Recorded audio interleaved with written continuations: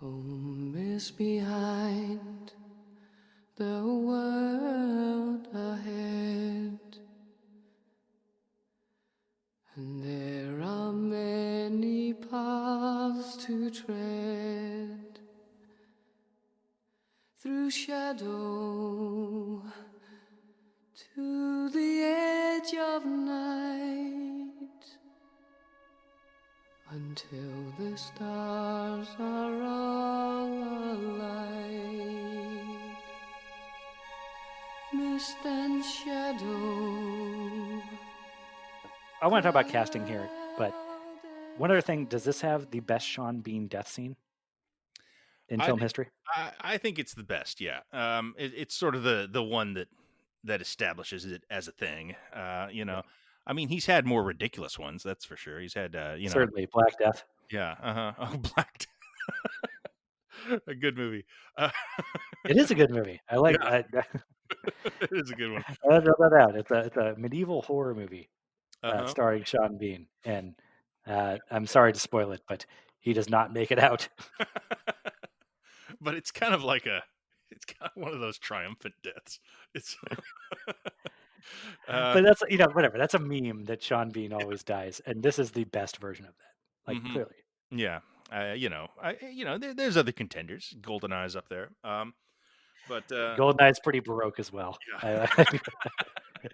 I do like that one. But this is this one you're emotionally there with it. You're just like, no, Boromir.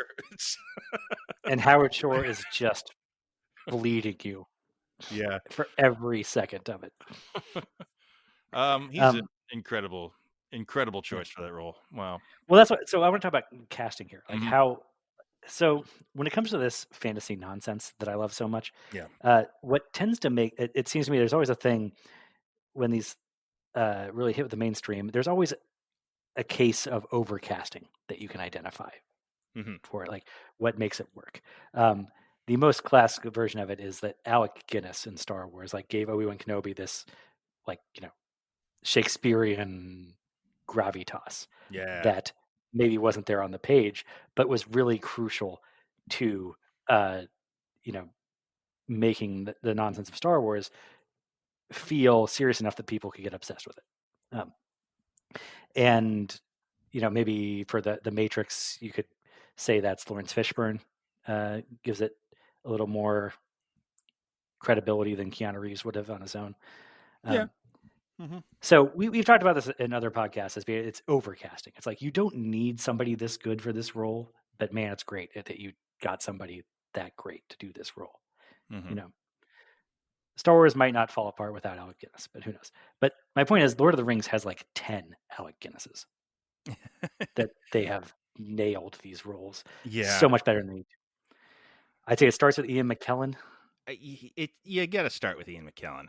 It's an absolute genius performance. I think it's still his best performance, specifically in probably in the first film when he's the Grey. Well, Gandalf the Grey is a more interesting character than Gandalf the White.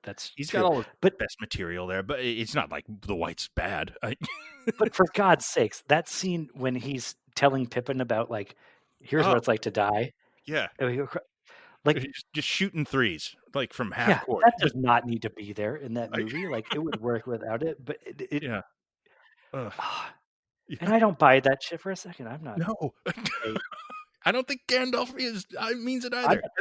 I think he does. I mean, Tolkien. I think was a sincere Catholic. You're right. I'm a lapsed Catholic. I'm not buying it's really there, but I think he did. And man, Ian McKellen just channels that, and it's so it's clearly what Pippin needs to hear at that moment. It's fucking beautiful, man. I mean, it's as far as it doesn't need to be that good. It is this is the wizard performance. I mean, there's been a lot of wizards in movies. This is far and away the finest wizard of all time, which is appropriate because it's Gandalf, which is probably the finest wizard from Pages. This character, works better than Merlin for me. This is this, I mean, you can make the case that Gandalf on the page is descended from Merlin, and so maybe Merlin is the ultimate wizard, but cinematically, I mean, you could say it's all the same one wizard, but whatever. This is the best, and and it's he's got this incredible humanist spine. Yeah, he grounds it. That's what's so weird. He's talking about the next world or whatever, but he's also like talking to the person in front of him. Yeah, just the little micro movements of his eyes in every scene. You know, you see how he's reacting to other actors, and also interacting differently, specifically with hobbits different actors, or men, or based on, and he's playing it because he's kind of like a chess master, really. Like he's kind of the guy who's sort of engineering the resistance to Sauron through this whole thing, and he adopts a totally different like. All right, with these guys, I have to be a little more hard nosed, but the hobbits, they don't. I mean, I can give them a nudge, and that's all they need. But Denethor needs to be slapped on the nose with a newspaper, so I got to do that. And yet at the same time, there's nothing calculating about it. You know, even though he is the master calculator, he's never manipulative. You know, he's never he never seems like that's a contradiction. He's God, just that moment at the very beginning of the films when he throws the ring in the fire. And the camera just stays on his face while Frodo's looking at it. He's like, oh, no, nothing. And you see him relax. And then Frodo's like, oh, wait. And his eyes, just this tiny little twitch. It's just like, oh, fuck. The whole thing just clicks in. They kind of echo that same shot at the Council of Rivendell when everybody's arguing over the ring and he turns away. And then Frodo stands up and says, I'll take it. And it's, again, you see him over his shoulder. And you see, like, he didn't have a better idea. He kind of was halfway hoping for this, but he's like still kind of devastated when it happens. It's kind of like, shit, he is good enough to do this thing that I don't want him to do.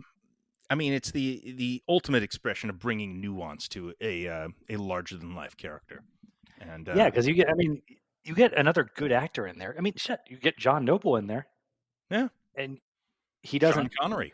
Like maybe needs Sean Connery was offered the role. Thank God that didn't happen. Because he would have gone bigger and more baroque. He would have been at that worm tongue Denethor level of performance, I think. And it would not have worked the same way.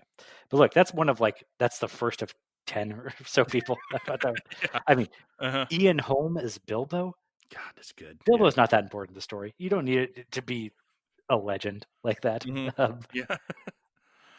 But God, it also feeds into that sense of history, that there is this whole other story there. It's like, well, here's like I don't know if Ian Holmes ever won an Oscar, but he's probably won enough BAFTAs to add up to one Oscar. So let's say it's this, this clearly supporting character who's kind of out of here after the first act, and we're just kind of referencing his earlier adventures, but we're going to get for all intents and purposes, Oscar-winning actor to do it. Like, one of the greats. And he's just bringing it and throwing strikes again. He's right there, just giving him those scenes with him and McKellen right at the beginning. It's thrilling to watch, even though in the back of your head that they're on different sets that are built to be different sizes. You want to create a sense of history between these two characters, even though it's not that important to the story going forward.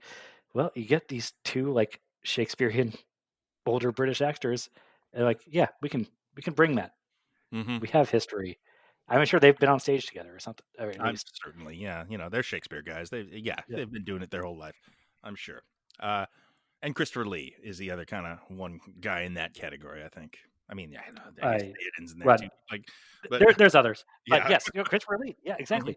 Sarah, he brought so much to Sarah. Christopher Lee, also, man, one of the most fascinating individuals that has ever lived. I believe one of the greatest lives. Just amazing guy. Yeah. Just a quick rundown of his life. I don't think this means I understand him at all, but I'm fascinated by how weird this life is. That he was a British Secret Service spy in World War II that was doing some pretty heavy behind every line shit, and then became Dracula in the 1950s for the entire world.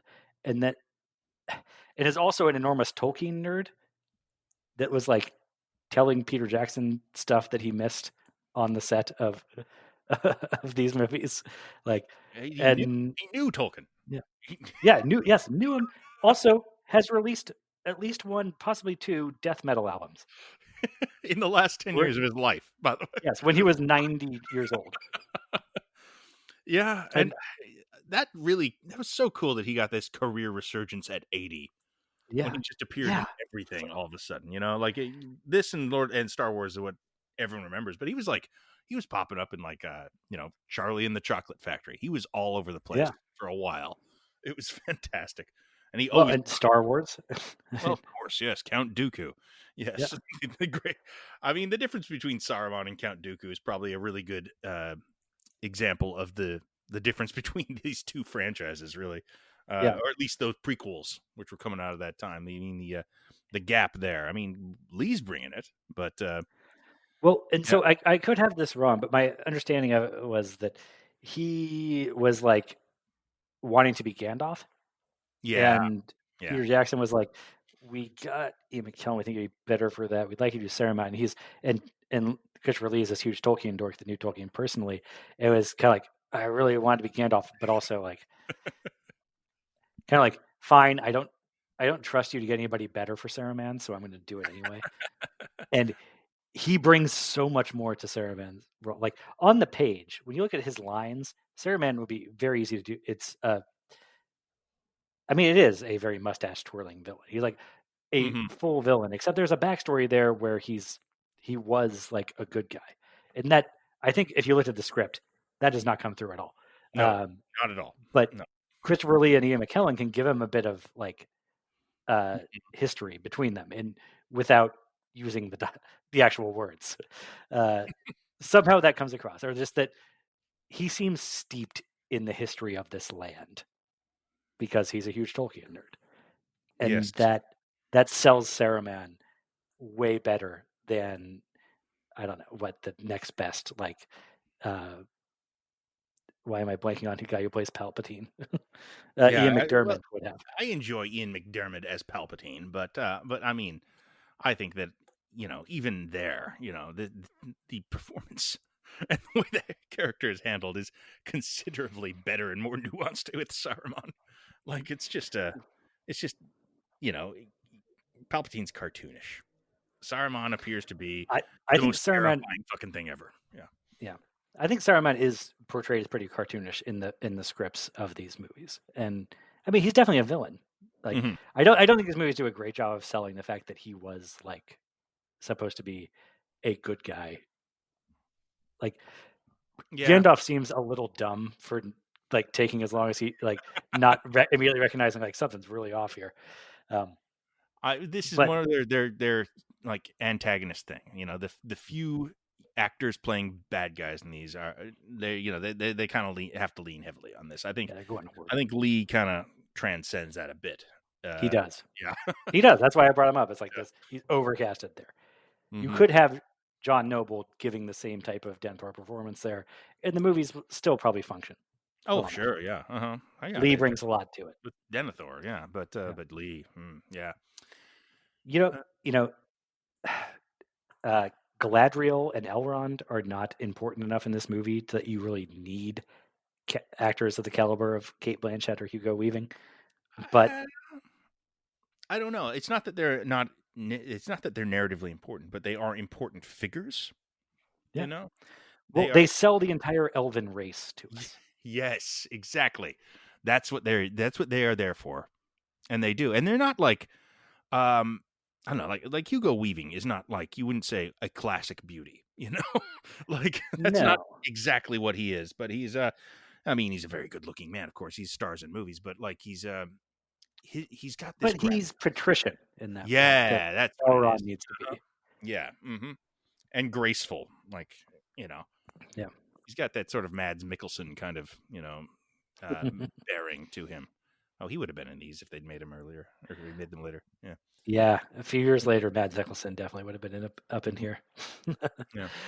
I mean, okay, so Sean Bean, like, again, it's one of those things that it seems so obvious once you see it, but I don't know that Boromir in the book really like called out for Sean Bean. He's more of a dick. he's more of a kind of an asshole antagonistic character in there. And if you watch the Ralph Bakshi version, they present him as more of a Viking. Yeah. Where he's like sort of a bruiser and a brawler, and that sort of works. But Sean Bean brings that Sean Beanness to it. That wounded nobility that is his entire thing. That I mean, that's this is going to sound bad. Sean Bean is the best loser in all of film or history. I know exactly what you mean by that, and I think that's why he plays villains sometimes. But that's not really. He's better at this sort of thing. Yeah, he's greater at a hero that knows he can't win and is still just he has a dignity in defeat. That's why he got Eddard Stark, I'm sure, is because he nailed Boromir so hard, and he does the same good thing there. Really, yeah. He also came to this in the same way as Christopher Lee. Campaign. Did he want to be Aragorn? Heavily to play Aragorn, yes. Here's maybe Aragorn's probably the best example of this actually, because they started filming with Stuart Townsend, somebody that I only know his name because he was almost Aragorn.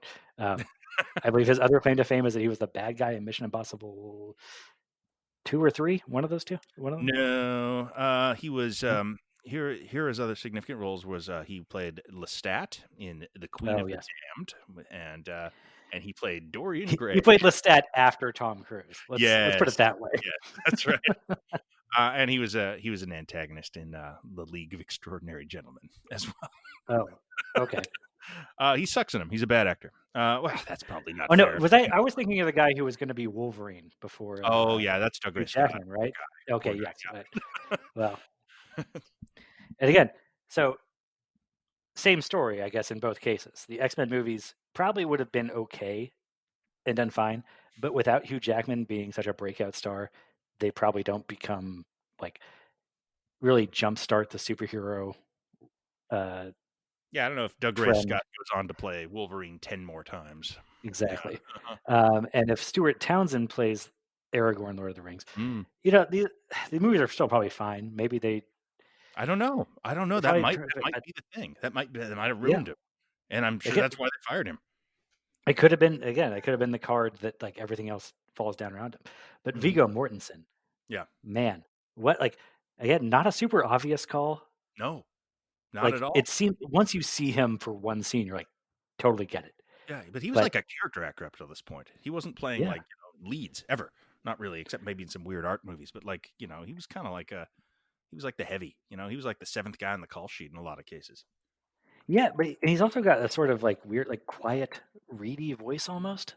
That really, if I'm casting, if I'm making people, if I'm a casting director, right, and I'm auditioning people for Aragorn, I'm probably making them give the big battle speeches at the end of the third movie, and that's where Viggo struggles the most because he just doesn't have that bass in his voice to really be no, men, blah.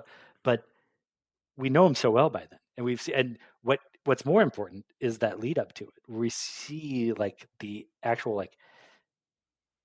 doubt in this guy, that despite the fact that he's so hyper competent and really succeeds at anything he actually tries at, he's still intimidated by the job in front of him. And that's important. I don't know that Stuart Townsend could have sold that. Yeah, I mean, it's sort of the opposite of what you would approach it with. Actually, this guy's hyper competent. He's the hero. He's the king. This, that is not the obvious way to play that, and that he's super charismatic and successful. Yeah, it's but it's and if you're more worried about the I guess if this is a post Lord of the Rings world where you want every fantasy thing to be a young adult epic, you probably want a younger, handsomer, heartthrob guy. And they're no, this is a 40-year-old man who has some self-doubts. It's almost a midlife crisis that Aragorn's going through, as opposed to a sword in the stone. Yeah. This 17-year-old kid like Luke Skywalker has to take up the mantle or whatever. It's a totally different flavor.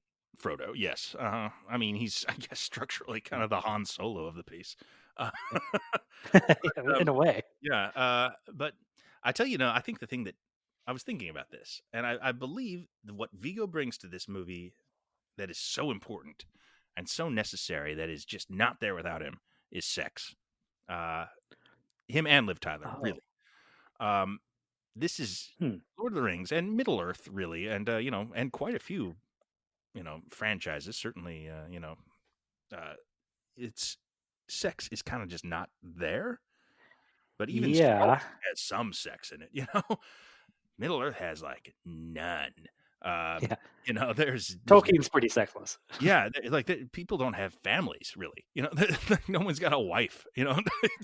It's Well, it's not, but it's not that he brings sex to it. Like the character of Aragorn is like so horny. It's just that they are sexy people. I think that's a big part. Yes, they have sexual energy. Yeah. Vigo and Liv together, which they got lucky there, I guess. But they're just sort of naturally have they read as sexual, not sexy. They are sexy, but more than that, they're just sexual people. I mean, I guess that they're They come off as a couple there. Yeah. yeah, and that's not on the page. It's No, almost no, like not it's like kind of almost a medieval courtship. On the page, it's very little. It's all calling about the fate of nations, and and what's interesting about this relationship is that she's immortal, and yada yada. That's sort of what the story is. But they have that thing. They got that spark between them, and as such, that it's a really sexy couple. There is I guess, I mean, the extent of most talk about sex in Lord of the Rings is is gay hobbit stuff, which I don't know. I've never heard like a real interesting, like actual queer reading of the text, and it's always just like those hobbits seem gay. No, actually, I think it's something that's great about the movies. It actually holds up fantastic. When I watched it like a week ago, I mean, these are super male driven movies. Like there are 2 female characters of note. I guess 3 if you count Galadriel, but and 4 if you count Shelob. But then you're wrapping around to a more red pill interpretation. So, but for all of that, like the masculinity in these movies is so, I guess, non-toxic. Yeah, I mean, I don't love the term toxic masculinity because I feel it just it it's has a a specific meaning that is worth kind of analysis, but yeah, it's a it loaded does, but I feel like it's used more to just be like anything that like this guy somebody didn't like. Like, well, yeah. that could also just be an asshole. But Yeah. but the great how non-toxic this stuff is it just like the men in these movies are so physically affectionate with each other without like any self-consciousness about it. There's no like in these are older movies. Like there's never like really a hint of the like, well, no homo or anything. Oh, Like thank God. it's Thank just God, can you imagine how awful that would take you out so yeah. much if they were doing no homo stuff? Oh Lord. Well, but I can also imagine how easy it would be to include like to include a note of that in like Gimli and Legolas's relationship, Yeah. where like Gimli is self-conscious about liking an elf. You know, Yeah. Yeah, I can but actually they see it. don't. Yeah. And I think that is a great decision, and it comes straight from Tolkien, which is that sort of old-timey male relationship thing where there's propriety and there's war and there's these people have these strong emotional vulnerable relationships with other men that are not sexual, and this is what you see like in Civil War letters Yeah. about this man who I mean, you could interpret that in a way that's like more, like even beyond homophobic and just like more so heteronormative. That's like, well, of course, my relationship with my male valet is way more important to me than my relationship with my wife. oh yeah, there's Like, that's an aspect of it for sure. uh, yeah, but I don't know the way it is in the movies. That plays great. I think. yeah, if it manifests as like Frodo and Sam, that's fine, like yeah, that's great. Even that's the crucial relationship of the film in some ways, and they're not afraid of it at all. That's really cool. No, they're not. The movies are not afraid of that at all, and it to their benefit. Mm-hmm. And that's so. I mean, we can keep. We're not done with the casting yet. No, we could. There's many more. Could there have been a better Sam Gamgee than no, there than could Rudy? not have. There could not have been. I think that was the key. I think Jackson saw Rudy and is like, I know how to use him, and that was it. Like Like he's now it can work. Like yeah, if we saw Rudy and was like, wait, that's okay. He yeah, can carry Frodo up the mountain. That's it. because like Sean Astin, like you know, let's be frank, is not like a great actor. You know, he's not. He doesn't have a huge range, Yeah, but this is right. I mean, that's a better he way of is a sincere dork. Yeah, uh-huh. love that about him. Yeah, like this is like right man for the right job. My God, he just Mhm. you know he's Rudy. He's Rudy at the end, coming up to the big game, and making the big play at the last minute. And you Yeah. know it's amazing. It's a gorgeous and naturalist performance. So earnest, you know. I feel like the reason that all that stuff works at the end of Return of the King is all on him. Like, you know, not that Elijah Wood and Andy Serkis aren't pulling their weight, but like, you know, he's the No, I mean, Elijah Wood also could there? I'm sure they looked around. Like, could you find any wider eyes to that to helps. Yeah. cast as Frodo? Like, Yeah. there are these just giant, deep Hmm. blue eyes that when he's suffering silently, like he doesn't need words. He just gets to like well up at you a little bit, and that's all you need. And if that didn't work, then that whole relationship would feel weirder, and Sam stepping up would feel, I don't know, different somehow. That he was Hmm. trying to upstage him or something, or or that he was like romantically attracted to him or something. Then, but you Yeah. know, No, it's that's not who Sean Astin is. no, He's not. and it's got this great. I mean, if you look at watch the videos at all, you know, there's of the behind the scenes footage, you know, which is there's not a lot about acting process in there, but they did into Aston's a little bit, which is kind of the way he approached it was he was just like, I'm going to make this as real for me as possible, you know, and I'm going to become basically Elijah Wood's valet for the next 18 months, and I'm just going to he's going to mean more to me than anything else in the world, and you know, as like an acting approach, it worked for him clearly. Like this is the thing that it means it. You know, when you see Sam, you Yeah, feel like you're seeing Sean Astin, and it's the same thing. It's this guy feels like he just dropped right into the middle of something that was really happening. Uh, yeah. If he wasn't that committed to it, the here's another area where like things could have kind of come tumbling down. His speech at the end of the Two Towers yeah, yeah. is pretty deadly corny on the page. Hmm. Um, it has more grounding in the books than you would think, but it feels like it's metafiction, but because Sean Astin has been so committed to that performance for 2 full movies now, it does not break the spell No, of the movies, and it also like it's kind of incredible how that. Howard Shore helps with that scene too. Oh yeah, of course. Howard Shore is the glue that keeps all this together. But it watching it last weekend, it stood to me as like this, like the metafictional aspect of it, as this rebuke of the like Disneyfication of storytelling lately. This of like defending like the fact that there needs to be some darkness in stories. Uh, Hmm. that the ones he kind of points out, like the ones that stick with you, those are the ones that had like the darkest portions to them, like Yeah. that stakes are important to stories, and then their stories are important to remind us to keep slogging through the extended middle acts that make up our lives. Um, but Well said. Yes. Yes. oh, That's why this feels so personal, you know? That's why, you know, you can kind of graft your own emotional involvement onto this thing that takes place in a fantasy world with monsters yeah, and fits talking anywhere. trees. And it's just like, yeah, I find parallels to Trump's America. You know, you can just do that and it's a natural thing to do. Yeah. And that gets to it. Mm. Yeah, it reminds me of. Uh, we'll probably cut this out of the podcast because it's only for you and me. But we love Deadwood so much, and I know one of your favorite scenes in that is Jane recounting her dream, Hmm. and she gives this really extended, heartbreaking monologue, and ends yelling, "And don't just remember the middle of the dream. And that's what this is. Like I didn't recognize that until last weekend. Like, oh, it's the same monologue in Wow. such a different context. I like that. Yeah. Oh. I thought you would like that. Yeah. There are connections. We're not even through the cast yet because I still like we do need, I think, to recognize early Carl Urban. He's now Cool. kind of like the Yeah. internet's boyfriend. Mm-hmm. But man, I mean, does not need to be not an important character really. I mean, he fades into the wall a little bit in this. I mean, he's cool. He's not bad, but Yeah, but it's nice to see him there. good to see him. He pops up. I kind of wonder, why was Miranda Otto not like the next Julia Roberts? It's really weird, isn't it? Like, she's a huge standout in these.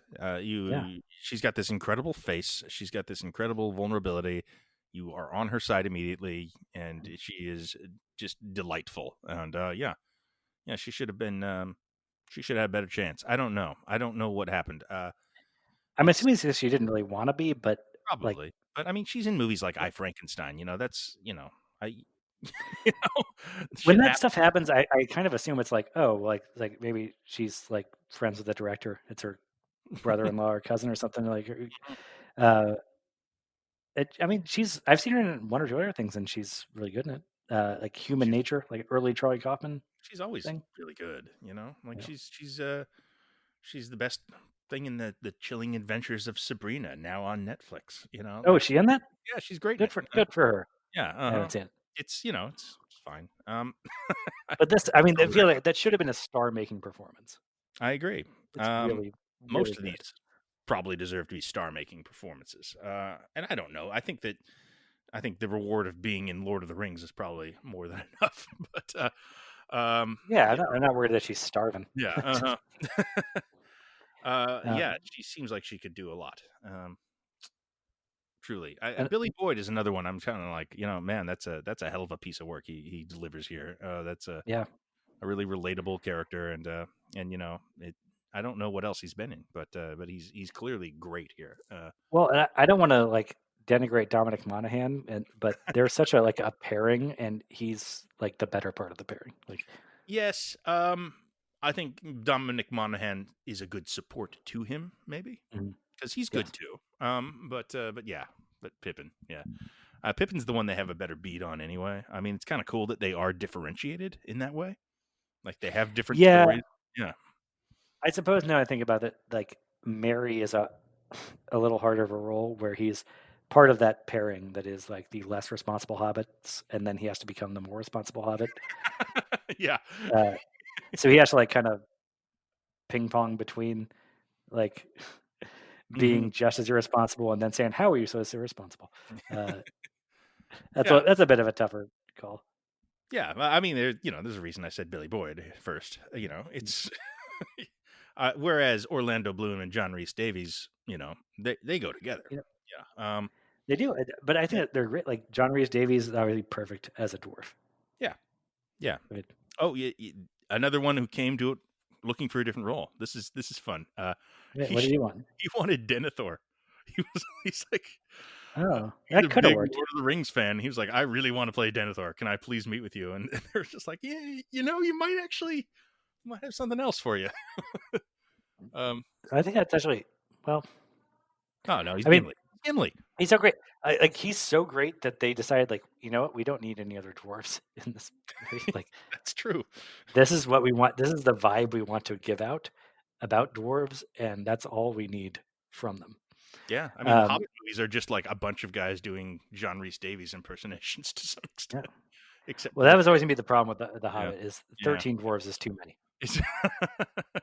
One dwarf as a spice is great. Mm-hmm. But when they're the main thing, he gets people kind of shit on Gimli a little bit for being the silly character, the comic relief, but I think he totally works actually as comic relief, but also as a serious character in a sense. Like he has kind of a goofiness to him, but he's I buy him as an ass kicker and also as just a person in this world that represents these people. Yeah. And I want to say something about how perfectly cast Orlando Bloom is here. Oof, yeah. Because he pulls off the like crazy coolness of Legolas, the like superhuman aspects, but also in a way like it's pitched just right that because he's Orlando Bloom, I guess he never threatens to upstage Viggo Mortensen. Yeah, well, that Does is a that make benefit sense? for him. Yeah, that helps. Like he's great as a cool supporting character. Yeah, and you can see why people wanted to cast him in everything after this, and why he got to be in a bunch of movies. Despite not being a terrific actor, he's just incredibly well used in this particular role. Like he's very strong here, very strong. Like he nails what Legolas requires. Yeah, and it's because he's not trying to upstage anybody. Like they don't require. I mean, that is a threat. Like Tolkien kind of overdoes the elves, like how they're superhumans. Yeah, they're so very, very gifted. Yeah, yeah, so it threatens to be like, why do we still need humans? And I don't know. Maybe I can't figure out a way to articulate that precisely, except that Viggo Mortensen's clearly the movie star there, and Orlando Bloom does not try to upstage him. I mean, I wonder to what extent that he was just plucked out of nowhere. You know, like he was like a surfer in I don't know where, Australia. I'm not sure if he's Australian or New Zealand, but like he's just a guy that was like 19, 20 years old or something, and just got put in this huge role, in this hyper competent role in this massive franchise, and yeah, he pops on screen, obviously, you know, but he has this sort of the grace that that an elf requires. Yeah.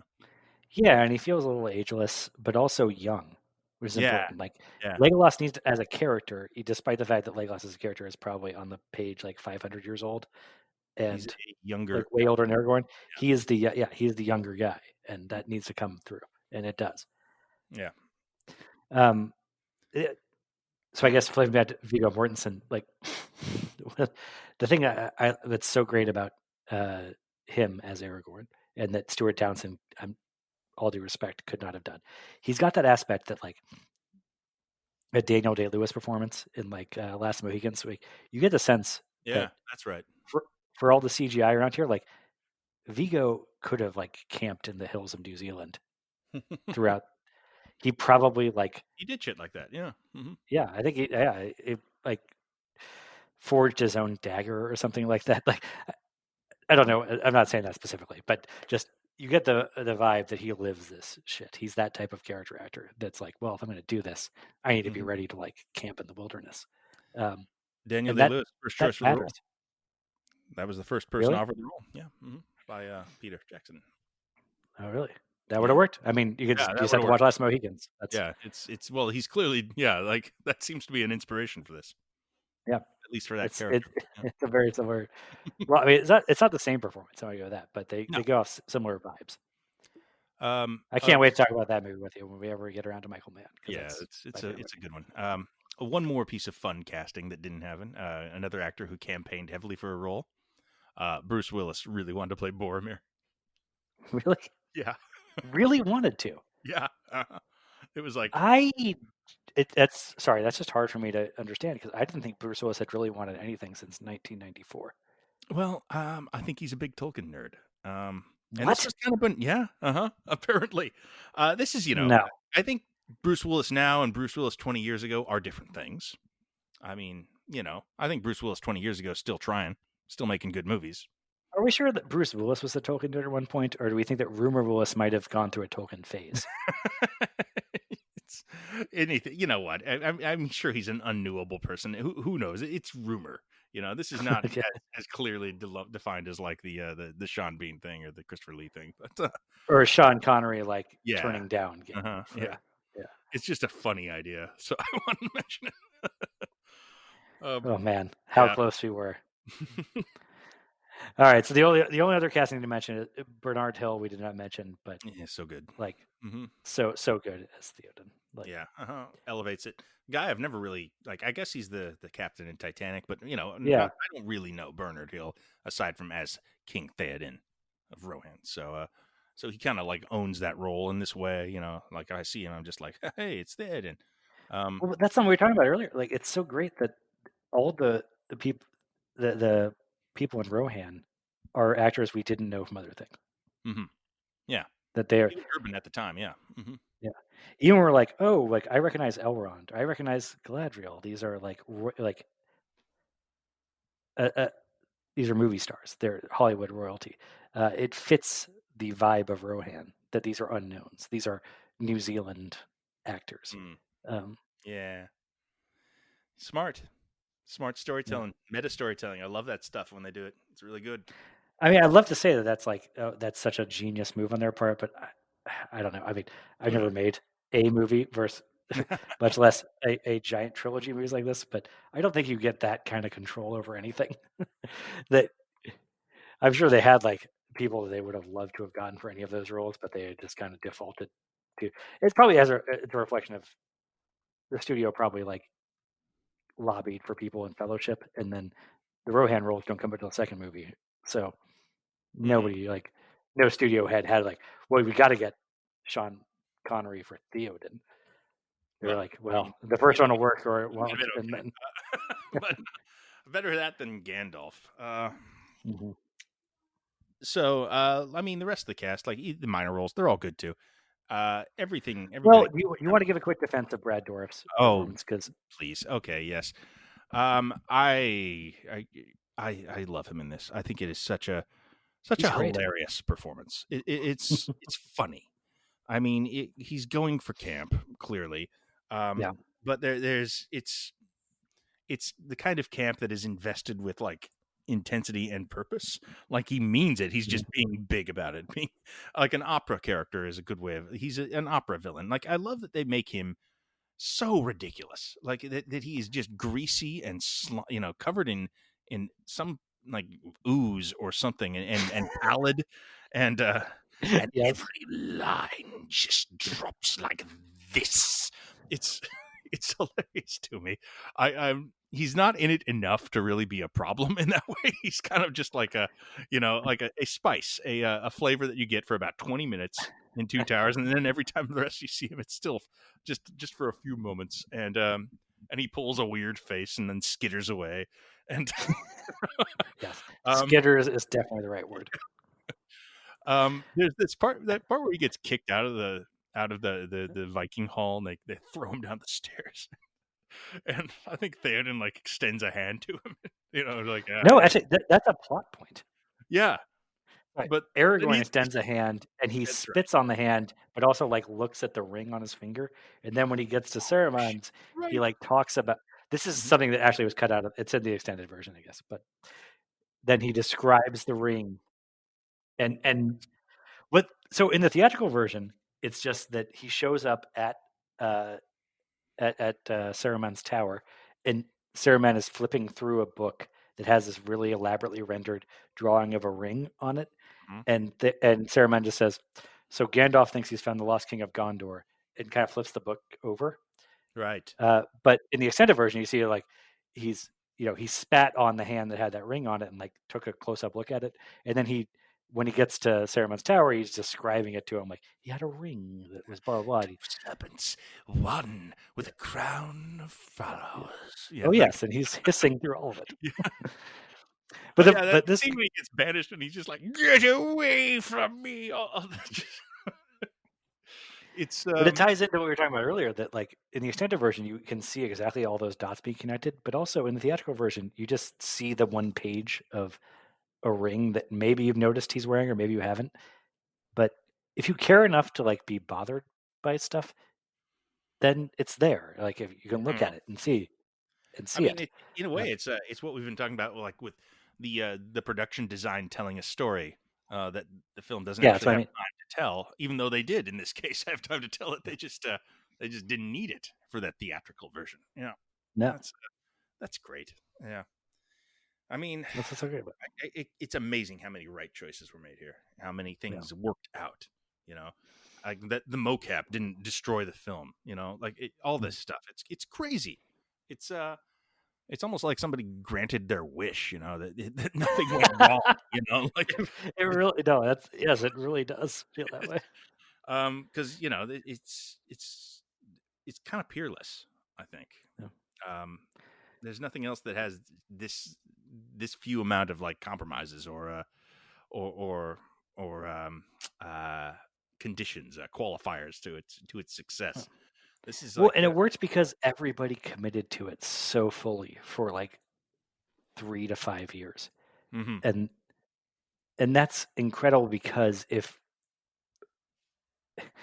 that worked out great because everybody did it. If one person hadn't,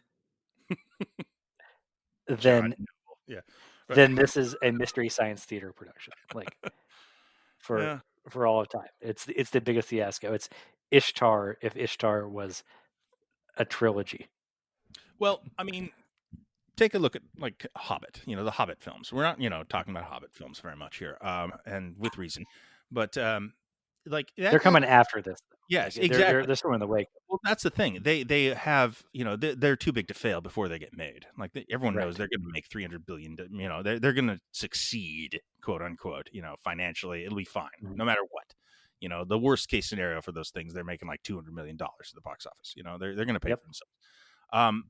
And you can see if that they tried to recapture the magic, and in a lot of respects they do. There's a lot of things that they try to do, all the production design and the effects and the casting and all this stuff. They try to do it again, but it's not all there. It's definitely not all there, and it falls apart because it's not all there. It doesn't work because they're missing certain elements of this, things that weren't available to them at that time, or that they missed, or it just didn't work out. As a result, the films are they're nothing. They mean nothing to anybody. It's that contrast is kind of crazy, and fortunately, they don't ruin Lord of the Rings at all. They don't. They don't. Yeah, they came up farther enough afterwards that they didn't ruin anything. Yeah, it's. I mean, even the way that the prequels kind of ruined Star Wars a little bit, like just a little bit. Well, they ruined it, but also made the other ones look better by contrast. Yeah, there is that. Yeah. It's. I mean, yeah. Again, without equal, really, you can't think of too much else. I guess Star Wars, the original series, is the only thing that really compares to this. And I don't know. For me personally, I think these are more consistent. Yeah, I think these are better. I think these have more things going for them. As an adult, to watch them, I would rather watch The Lord of the Rings again, even though it's twice the length, than watch Star Wars. They just do more for me as an adult. Well, it's not like one takes away from the other. But it is, like we said earlier, that Star Wars is a little more bite-sized, and that I can watch parts of it. Well, there is that without feeling it's a little more in nature to the adventure serial mold, where there are sequences where I don't necessarily need to watch the entire movie to get through it. And Lord of the Rings is a cumulative process. It's almost novelistic blockbuster filmmaking by way of like television long form storytelling. Yeah, I mean, I guess that is kind of the only thing that that is sort of a qualifier for the Lord of the Rings, which is that it's sort of an all or nothing thing. Like it's very hard to just do piecemeal, and as a result, it is kind of it's daunting and it is exhausting, and it's so the movies are that way, and like the books were always that way. Of course, I mean they're fantasy novels. They're all 1,000 pages long. It's it's what it is. But the movies stand up there where it's commitment, but also it's one you can tell people like you can commit to this safely. Like if you're into it after 1 hour, you'll still be into it after 11 hours. Like and it's not going to disappoint you in the end. The books are like you need to be kind of on a wavelength with. Very much so. This, especially like if you start Fellowship, it's some work. You got to get through some shit before you get to the good stuff. You got to. There's 100 pages of Fellowship of the Ring before anything good happens. Yeah, Tom Bombadil. Like, I mean, So let's talk about some of the stuff that they when they adapted this to Hollywood. I think they made some great decisions. We talked about the prologue was such an incredible way to like in 5 minutes, like do 200 pages worth of work. Yeah. And then that allowed them to then like do what those first 100 pages do, which is like settle you into the Shire and give you a sense of like, here's what like a world that's not being devastated looks like. And that's what we're kind of like always looking back towards. And, you know, throughout all the rest of the movies and books, we need that grounding.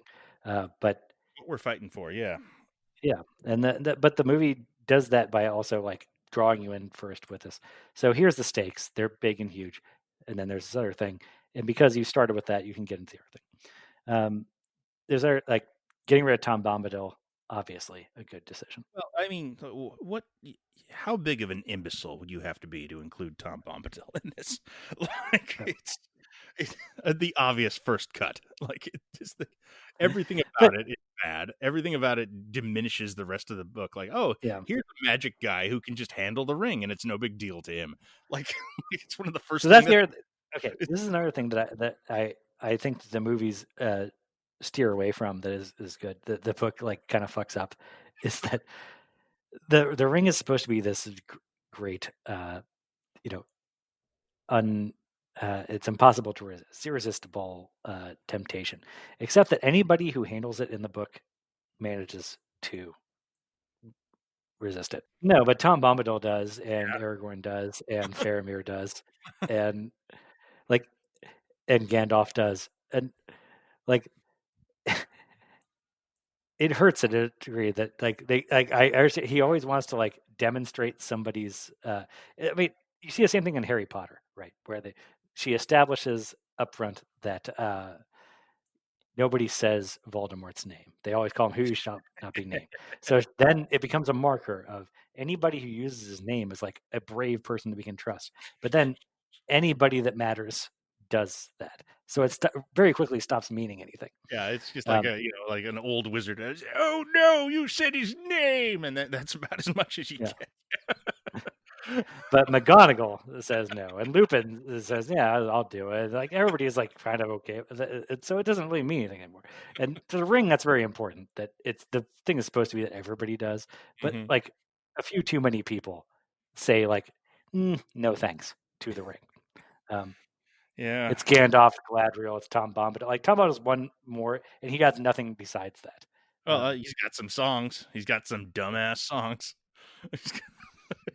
So I think the movies actually do a good job of like steering away from that, even though they still allow Faramir to turn it down. Like that's his character. Well, that's his thing because Boromir does go for it. Like if Boromir goes for it, and he's like a good man who goes for it. So you got that, and he's contrasted with his brother. Who otherwise, I mean, and that's diluted somewhat by Galadriel also turning it down, and like who's not a character that we really care about. But it's a cool ass scene. That's the thing people remember about that. That she turns into a ghost and says, "All will love me but despair." Oh, yeah. All will love me and despair. That is a great line. Like that's a good part of adaptation actually. That they managed to distill like the threat of what happens if a good person just takes the ring to a line. Yeah. And also McKellen sells that shit real well. He never takes the ring. Exactly. Like, do not tempt me.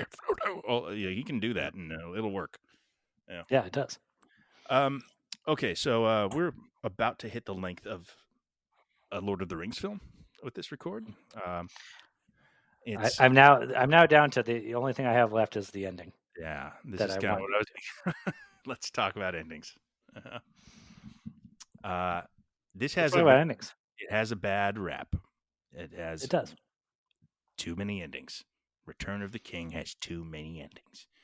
It is everyone wants to leave, but the movie just keeps going. I think it's bullshit. I think this has always been bullshit. I think this is a silly complaint. I think it's a complaint that actually means something else, that people are kind of just exhausted by the experience of Lord of the Rings. And if you are not 100% into it, if you are there because, you see a movie and it's Christmas time and you don't really give a shit about the different lands of the Shire and why Buckland is different than North Farthingshire, then maybe you just kind of want to leave the theater after 3 hours and 45 minutes. I mean, you certainly want to pee. They didn't give you an intermission in the theater.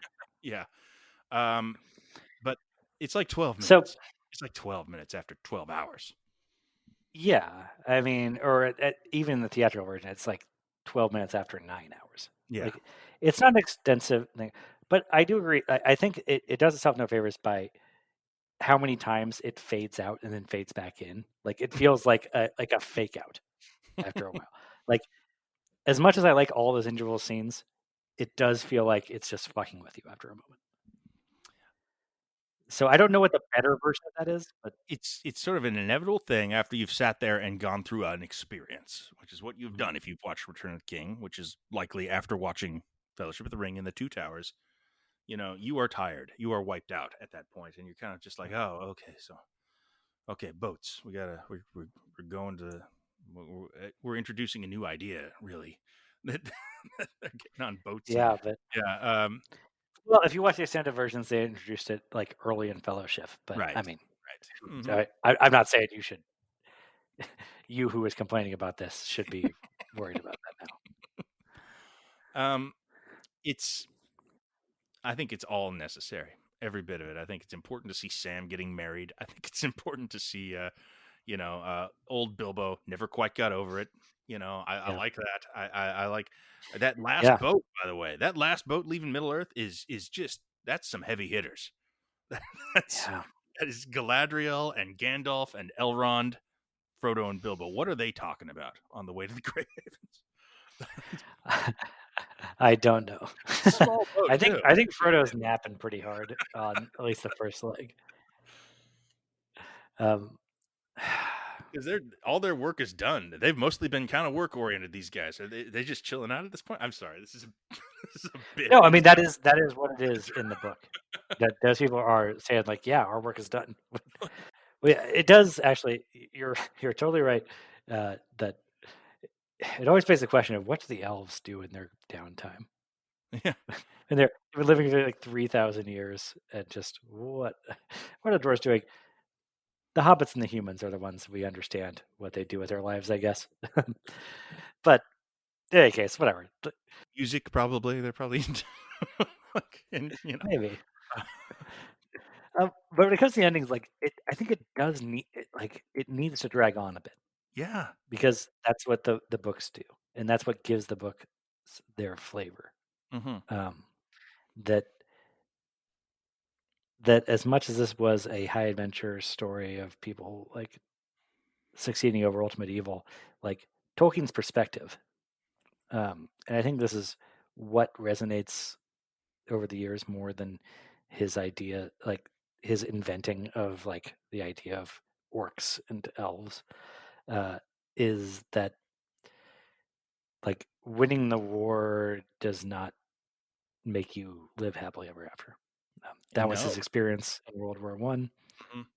Yeah, because he came back home and felt like, man, like we gave everything and we won, and and things are still not okay. And that perspective permeates Lord of the Rings. Like on a plot level, I don't want the Scouring of the Shire back in there, but you need that. But yeah, you need to end with that note, and I think the movies actually do a great job of including that, and they do that by lingering. It's the high fantasy version of the ending of The Graduate. Mm-hmm. Yeah. And they do it with economy, to be honest. Yeah, I think they do. For they explain it quite well. I mean, Frodo's never quite going to get over this. Sam's getting married, and good for Sam, but Frodo is not. I mean, he's probably the most confirmed asexual character in a world of asexual characters, but at the same time, it's symbolic of him not being able to move beyond this thing or ever really process it and be a new person, be home again. It's an impossibility. He's going to carry the wounds of it forever, which are sort of literal in his case. Yeah, they said that in the Fellowship of the Ring, that he'll carry that wound all his life. But they say at the end of Return of the King, he's still holding it and saying like it still hurts. Yeah, and you need to. I think you need to see Bilbo, like old ass Bilbo, there, like even though the ring's been destroyed, he is still like asking about it. Yeah, mm-hmm. That's how addiction works. Yeah, and yeah, you get the sense that this is stuff that Tolkien knew of what he spoke. He still carries the wounds from the Psalm out into writing the Lord of the Rings, you know? Yes. And yeah, you can't just be happy after everything, after you accomplish the big thing. And that is just, in a sense, happily ever after can't exist after all the shit that went down. I mean, I mean, this is self-indulgent, but I mean, I kind of get the same feeling, honestly, right now. You know, a couple days after Joe Biden is inaugurated, I don't feel the sense of elation or triumph or peace that I was hoping I would for the last 4 years. You know, it's No, still, I mean it's a great relief, but also like it's not over. yeah, We know. yeah, it's ongoing, and the scars are going to be around for quite some time, rest of my life maybe. And not everyone made it, you know. 400,000 people died in the last year in our So country. It didn't have to. Like so that. fuck, you know. How do you feel? Great at the end of that. It's not like the end of it's not like the end of Star Wars where they blow up the Death Star, you know, and it is a pure celebration. Yeah, I mean, because they're not having that celebration, like right outside of Alderaan. Yeah. Hell no. But Right. that's, I mean, this is what gives Lord of the Rings its resonance. I think that despite it not being the best example of a like well plotted, paced adventure story on the page, I mean, uh, it still it resonates as something more Yeah. because it's written from a perspective of a historian that has a very pessimistic view of even like the victories. Yeah. And that Yeah. I War didn't is have the not. words to say that when I was a kid, but it stuck with me. Yeah. Yeah. That's true, and I guess that's maybe the instinct that of what maybe some people want from an end. What they're actually saying Yeah. when they say too many endings. At least if you're watching this in a more passive way, you know, which I find hard to do, but you know, people certainly do it. Um, and it's you know, like if it just ends in the happiest possible place, everyone bowing to the hobbits at Minas Tirith, I would feel cheated. I may not even know that I That's felt it. cheated, but I would. And there's someone like, I guess, like I said, like there's one too many fade in and fade outs because those feel Mm, like weird, like being jerked back and forth. I'm not sure how I would do it better because I'm not like a good filmmaker or anything, it's but hard. It'd be hard, yeah. but I there's very little in those scenes that I would want to do without. Like I certainly don't want to leave before we get the hobbits doing their silent cheers. Mm-hmm. Oh That's well, like that's so perfect. if you had to cut stuff out, that wouldn't have been bad. It's a pretty wonderful moment. Yeah. It's so good. But then it segues right into how Sam goes up to Rosie Cotton finally, and it's not even on screen, but it ties back into what they're talking about on the side of the volcano earlier. Mhm. And I mean, you could tighten up a little bit. Like you don't need as much slow motion in like the pillow fight sequence. Uh, Oh man, I had a but thought watching that. This is like when Frodo awakens after mm, passing out on Mountain Doom in bed. Is that what yeah, you referred to? yes, I had a realization there. Like he thinks Gandalf's dead. Um, he's have no reason not to think that Gandalf is dead. So does he think he's dead I there? think he thinks he's in heaven And initially. for Yeah, how long? Like, is it just like, oh, you well, all the entire died? time, Did you all? until we see him back in Bag End and looking like a little disappointed. Oh, I guess I wasn't dead. I guess we all made it. Shit. And that is certainly that is arguably a thing you do. I don't know. I mean, again, I want all that stuff. I don't. You can't. I think you need the part about how Frodo is not like recovered fully from this and can never, in order to make it Lord of the Rings. And Absolutely. Yeah. so you need them going to the Grey Havens to accomplish that. But I also don't think you can end on that. I think you have to end on Sam coming back to his house Yeah. It keeps going. because that's ultimately what it's about. Yeah. Hmm. So I guess you could. You don't. I mean, you could spare the 5 seconds where they show us his wedding with no dialogue. But why No, I would you want that. care? I want that. Yeah. I want it. Yeah. It shows how he changed. He believes Yeah. in himself now, you know, in a way he didn't because he was just sort of the dork hobbit for a while.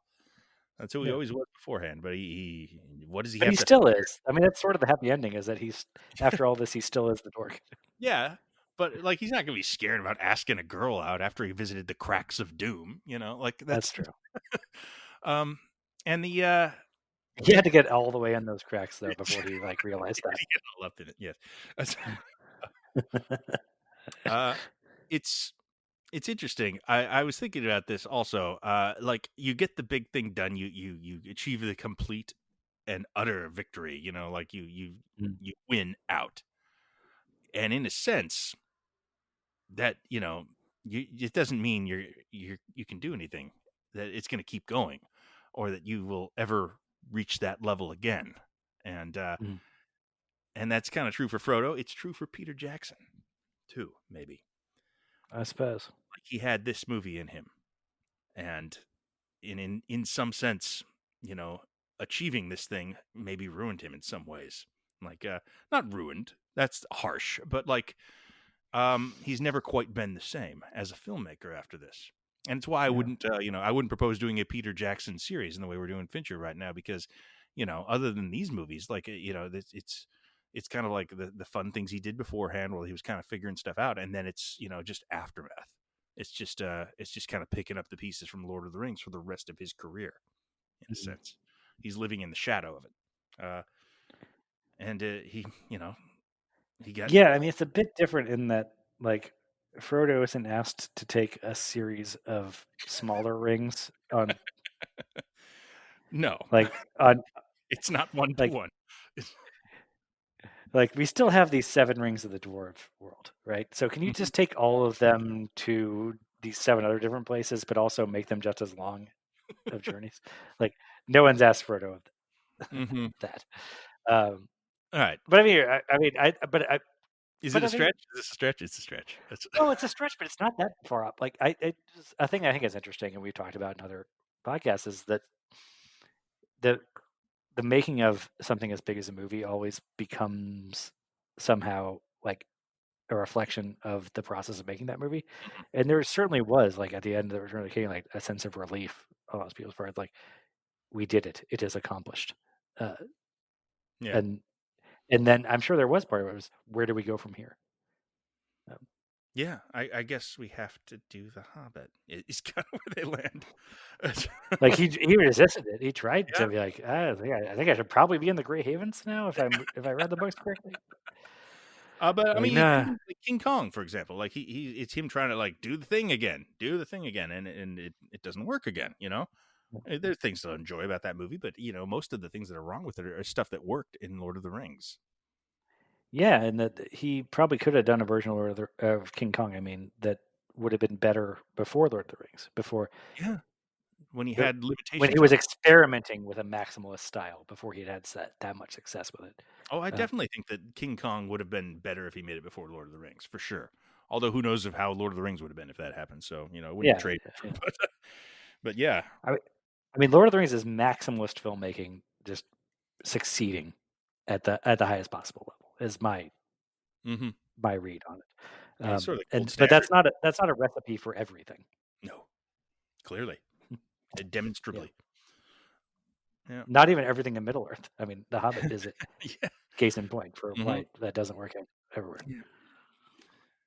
And the other thing about The Hobbit is, I mean, it's sort of a bummer that that we are returning to this thing, I guess, in a sense, because it's kind of a perfect gem on its own. And I am worried as the Lord of the Rings, The Second Age, comes out for Amazon Studios as a streaming series that has already been greenlit for 5 seasons or whatever it is. I'm worried that this is ultimately going to dilute the brand, the franchise, in the way that Star Wars has been. Well, do you think that the Amazon series will be like aesthetically as in line with the theatrical versions as like The Mandalorian is with Star Wars movies? I don't know, but I bet it. I think so. I suspect it will. I mean, if they had their druthers, I think it would be. I don't know if it's filming in New Zealand. I think that'd be the tell. But I mean, that would be the good. Like that would be the good thing they could do, though. Right? Yeah. In a sense, you kind of want them to do that. You don't. Yeah. I don't want a different version of this world. Not really. Like I mean, it's better than But remaking if Lord it's of the the Rings. second age, it's But 1,000 years different. Like it's yeah, and maybe that is what I want. Maybe for that to succeed, it needs to step out of this shadow a bit. it could be like a Knights of the Old Republic kind of thing. Yeah, I suppose. I Yeah. mean, they certainly could if they're going way back. And I mean, the Tolkien nerds will know what the story is already. It's all Silmarillion based. I'm sure. I mean, why wouldn't it be? It would have to be really. You know, to use Well, the but I don't IP. think there's as much like to base things on in this Maryland. Like it does not have a plot the way that the Lord of the Rings and the Hobbit did. Right. Yeah. I mean, but it's got a Uh, lot of material. right. So Definitely. I mean, Uh-huh. this is my whole thing. Like I would like I just want to. I don't want to like lay out a take on it now. I would rather just react to it when it comes out. And my hope is that it's far enough away that it's not recreating anything we see here. Mhm. So maybe it'll be its own thing. I want that to be okay, even if I end up hating it. Yeah, I mean, I guess there's always the chance that it works. It's more red flags than not for me. But I'm gonna watch it. I'm gonna have to check it out. Yeah. I'm gonna have to see what's up with it. But I want to create a space for it to work on its own terms. I don't want Right. to lay out right now what it needs to be doing, and then they're doing something else. Like, Mhm. oh, it needs to be in New Zealand, but actually they're in Sri Lanka, and failure now already. Like I want to let that thing try and do its own thing. And Yeah. probably it won't work. I mean, there's no way it can work as good as this did. Like, No. No. That's true. that's not fair. Mhm. I did, The And Mandalorian does not work as well as Star Wars, the original trilogy, does to me. But could it at ever? least it was trying to chart its own path Mhm. for a minute. You can never go home again. I guess that's the theme. Yeah. Yeah. It's never gonna be the same. All right. We got. I think we're. I think we've talked about it, right? I think. I think Yep. we've had the Lord of the Rings conversation at this point. Um, this is Yeah, the this extended version. will be fun going in between the most depressing David Fincher movies that we're also going to be talking about.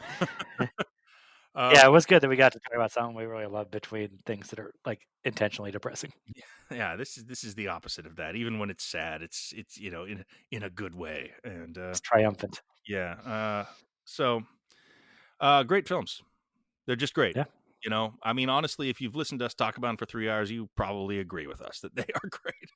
And it's just fun to think about them and reflect on them and see all the things that went right and all the correct choices that were made and genius ideas. It's these are going to be important movies to me for the rest of my life. I mean, Yeah. without a doubt. I think I think they'll be important to filmmaking going forward. Is you always be able to point back at these and saying like, Hmm. here's what can happen if you get all the little stuff right. Yeah, This is how successful it can be. yeah. And that's They're all nominated for Best Picture. That's kind of unheard of for movies of this type. Like yeah, we never talked about that. Like that there's a lot we didn't talk the about. There's so much to talk about. But yes. but the first two movies kind of got snubbed by the Oscars, and then Return of the King, which we both agreed was like the least strong movie on its own merits, swept like Hmm. broke records, tied records at least, of winning the most Oscars. But they were clearly like just achievement awards for all of them. Yeah, they deserve though. You got to do that. I mean, you know, Oh yeah, no, I'm not upset by that. But I believe I think the Fellowship and Two Towers lost to Chicago and A Beautiful Mind, if I recall. And I mean, neither of those movies matter to people right now. no, I would think those are no, they do not. those, No, it's that's reflective of the Academy not knowing what to do with a good fantasy movie at that point because it hadn't existed. uh-huh. I mean, it's And then impressive they were even nominated, to be honest. yeah, But all the same, I'm glad that but it got that level of approbation just simply because it denotes what an achievement these are, like how important these are to filmmaking, and just as like that people actually pulled this off. That this is the gold standard of high level filmmaking, as you say. So of maximalist yeah, filmmaking, and of course, it should be rewarded as such. It deserves that recognition. I agree. I agree, and that is its legacy, like to this day, and I think going on is that the success of these movies on this scale suddenly like they expanded the aperture of what studios are willing to attempt. Yeah. Is it like, oh, we can take bigger swings because there are like bigger levels of success to hit, and because of that, like now, like people started thinking bigger after this. Mm-hmm. Uh, Yeah, that's true. that's why the You need the Marvel money. universe, for better or worse, Yeah. and just and TV, like TV shows being like the new focus for epic storytelling. That so you're just like, oh, well, TV has more time to work with, and so if we put more resources into that, maybe there's more return on it. Yeah, well, I mean, that is Thrones. Like, no way there's Game of Thrones without this, obviously, you know, and a million other things as well. Yeah, it's epic storytelling on any level, though. It's that now movies are a series of movies, TV shows are a series of seasons. I mean, it's got to be the most influential series of films of the last 20 years. You would have to say, I think, right? Absolutely. Yeah. Mm-hmm. And I think we'll probably continue to see what this leads to down the road. Yeah. No one's been able to match it. Yeah. Not yet. I mean, Harry Potter tried. Yeah, they all try. But yeah. Someday someone will match it. But yeah. We'll see. Mm-hmm. Okay, man. We did it. We did it. It's time for us to go home. Yeah. Mm-hmm. I could use a boat to the west now. That'd be great. I gotta go make dinner. All right, man. All right. Thank you. Good night. Good night. Well fought.